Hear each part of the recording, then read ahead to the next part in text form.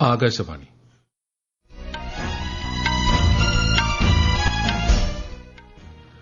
നമസ്കാരം. വാർത്തകൾ വായിക്കുന്നത് സുധീൻ സേനുദ്ദീൻ.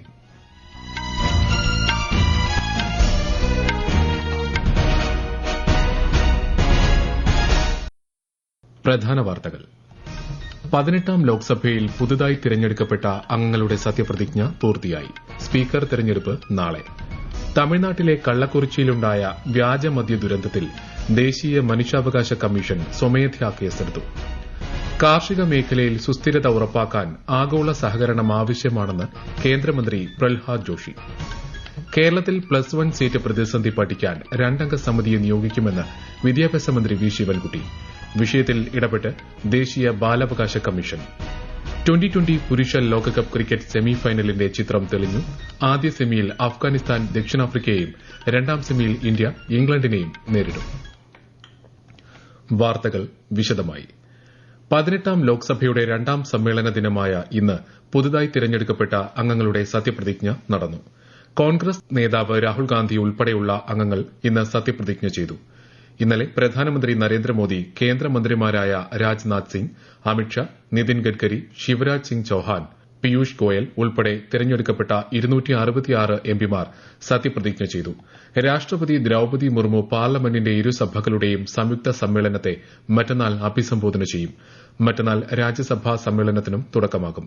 അടുത്ത മാസം 3 വരെയാണ് പാർലമെന്റ് സമ്മേളനം.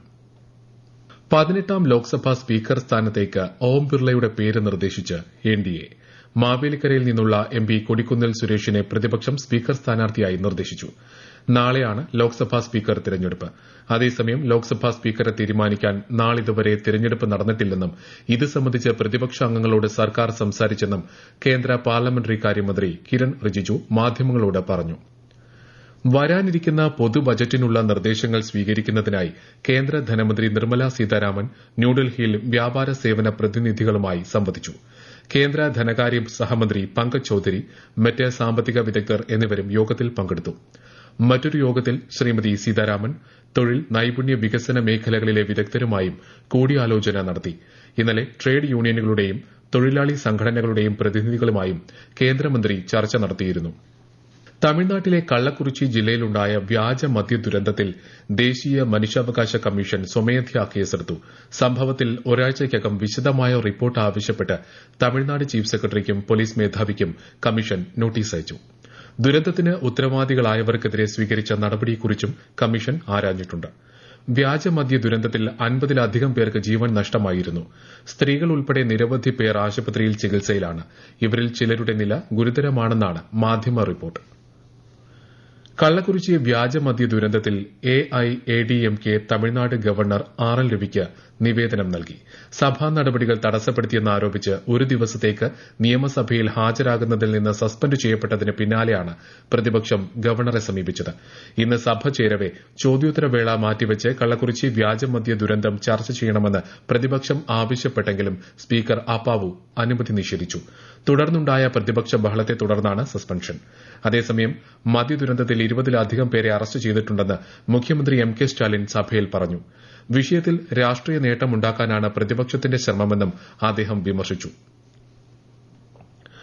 വിവിധ ഇനങ്ങളിലെ കരിമ്പ് കൃഷി ചെയ്യുന്നതിനും സുസ്ഥിരത ഉറപ്പാക്കാനും ആഗോള സഹകരണം ആവശ്യമാണെന്ന് കേന്ദ്രമന്ത്രി പ്രഹ്ലാദ് ജോഷി. ന്യൂഡൽഹിയിൽ ഇന്റർനാഷണൽ ഷുഗർ ഓർഗനൈസേഷന്റെ 64ാമത് കൌൺസിൽ യോഗത്തോടനുബന്ധിച്ച് സംഘടിപ്പിച്ച ശില്പശാലയിൽ സംസാരിക്കുകയായിരുന്നു അദ്ദേഹം. പുതിയ പദ്ധതികൾ ആരംഭിക്കുമ്പോൾ ഉപഭോക്താക്കൾ, കർഷകർ, വ്യാപാരികൾ എന്നിവരുടെ താൽപര്യങ്ങൾ സംരക്ഷിക്കണമെന്നും അദ്ദേഹം പറഞ്ഞു. 30-ലധികം രാജ്യങ്ങളിൽ നിന്നുള്ള അന്താരാഷ്ട്ര സംഘടനകളുടെ പ്രതിനിധികളാണ് യോഗത്തിൽ പങ്കെടുത്തത്. 150 കിലോഗ്രാം വരെ ഭാരം വഹിക്കാൻ കഴിയുന്ന ചെറു ഉപഗ്രഹം വികസിപ്പിക്കുന്നതിന് പുതിയ കരാറിൽ ഒപ്പുവെച്ച് കേന്ദ്ര പ്രതിരോധ മന്ത്രാലയം. മന്ത്രാലയത്തിന്റെ മുൻനിര സംരംഭമായ innovations for defence excellence space pixel technologies private ലിമിറ്റഡുമായാണ് കരാറിലേർപ്പെട്ടത്. ന്യൂഡൽഹിയിൽ നടന്ന ചടങ്ങിൽ കേന്ദ്ര പ്രതിരോധ സെക്രട്ടറി ഗിരിധർ അരമനയും മന്ത്രാലയത്തിലെ മറ്റ് മുതിർന്ന ഉദ്യോഗസ്ഥരും സന്നിഹിതരായിരുന്നു. പ്രതിരോധ മേഖലയിൽ സാങ്കേതികവിദ്യ പരമാവധി പ്രയോജനപ്പെടുത്തി പുതിയ ആശയങ്ങൾ വികസിപ്പിക്കുന്നവരുടെ പ്രതിബദ്ധതയെ ശ്രീ ഗിരിധർ അരമന അഭിനന്ദിച്ചു. ഈ വാർത്തകൾ ആകാശവാണിയിൽ നിന്ന്.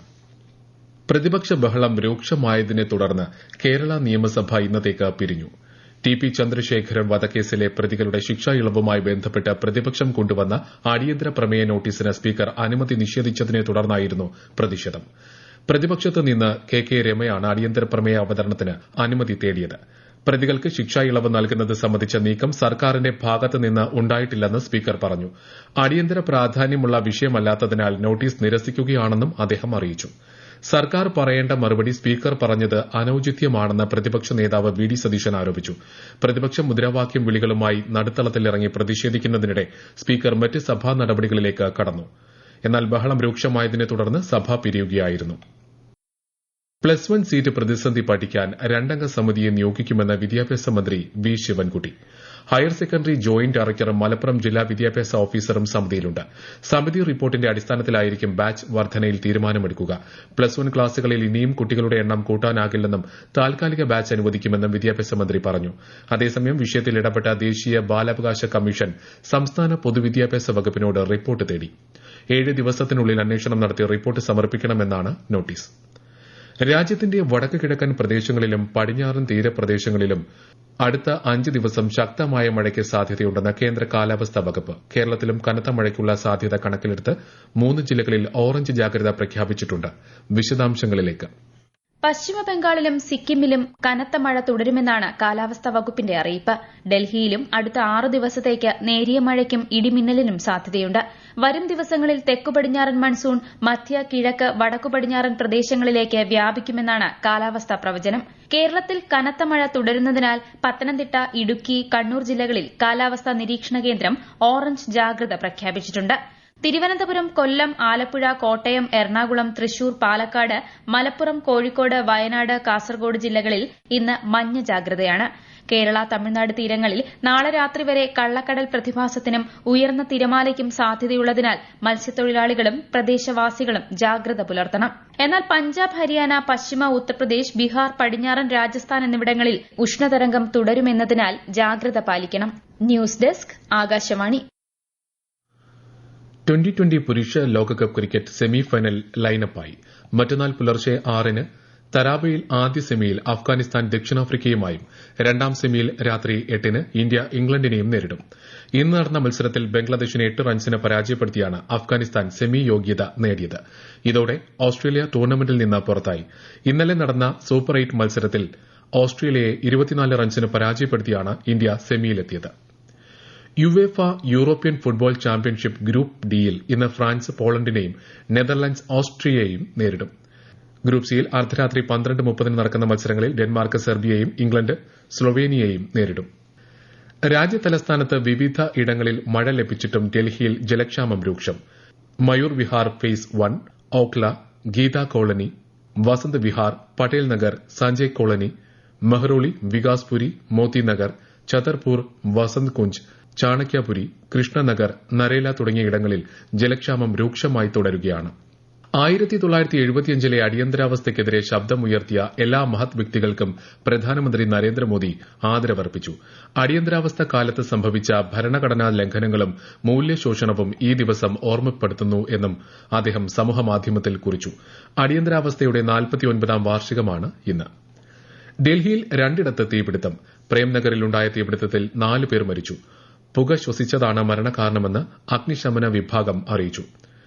രാവിലെ 3:30 ഉണ്ടായ തീപിടുത്തം അഗ്നിശമന വിഭാഗത്തിന്റെ 2 യൂണിറ്റുകളെത്തിയാണ് നിയന്ത്രണ വിധേയമാക്കിയത്. സഫ്താർഗഞ്ച് ആശുപത്രി എമർജൻസി വിഭാഗത്തിന്റെ പഴയ കെട്ടിടത്തിലും ഇന്ന് രാവിലെ തീപിടുത്തമുണ്ടായി. 1 മണിക്കൂറിലേറെ നീണ്ട പരിശ്രമത്തിൽ തീ നിയന്ത്രണ വിധേയമാക്കി. ആശുപത്രിയുടെ സ്റ്റോർ മുറിയിൽ നിന്നാണ് തീ പടർന്നത്. തീപിടുത്തത്തിൽ ആർക്കും ജീവൻ നഷ്ടമായിട്ടില്ല. പ്രധാന വാർത്തകൾ വീണ്ടും. 18ാം ലോക്സഭയിൽ പുതുതായി തിരഞ്ഞെടുക്കപ്പെട്ട അംഗങ്ങളുടെ സത്യപ്രതിജ്ഞ പൂർത്തിയായി. സ്പീക്കർ തിരഞ്ഞെടുപ്പ് നാളെ. തമിഴ്നാട്ടിലെ കള്ളക്കുറിച്ചിയിലുണ്ടായ വ്യാജമദ്യ ദുരന്തത്തിൽ ദേശീയ മനുഷ്യാവകാശ കമ്മീഷൻ സ്വമേധയാ കേസെടുത്തു. കാർഷിക മേഖലയിൽ സുസ്ഥിരത ഉറപ്പാക്കാൻ ആഗോള സഹകരണം ആവശ്യമാണെന്ന് കേന്ദ്രമന്ത്രി പ്രഹ്ലാദ് ജോഷി. കേരളത്തിൽ +1 സീറ്റ് പ്രതിസന്ധി പഠിക്കാൻ 2-അംഗ സമിതിയെ നിയോഗിക്കുമെന്ന് വിദ്യാഭ്യാസ മന്ത്രി വി. ശിവൻകുട്ടി. വിഷയത്തിൽ ഇടപെട്ട് ദേശീയ ബാലാവകാശ കമ്മീഷൻ. 2020 പുരുഷ ലോകകപ്പ് ക്രിക്കറ്റ് സെമിഫൈനലിന്റെ ചിത്രം തെളിഞ്ഞു.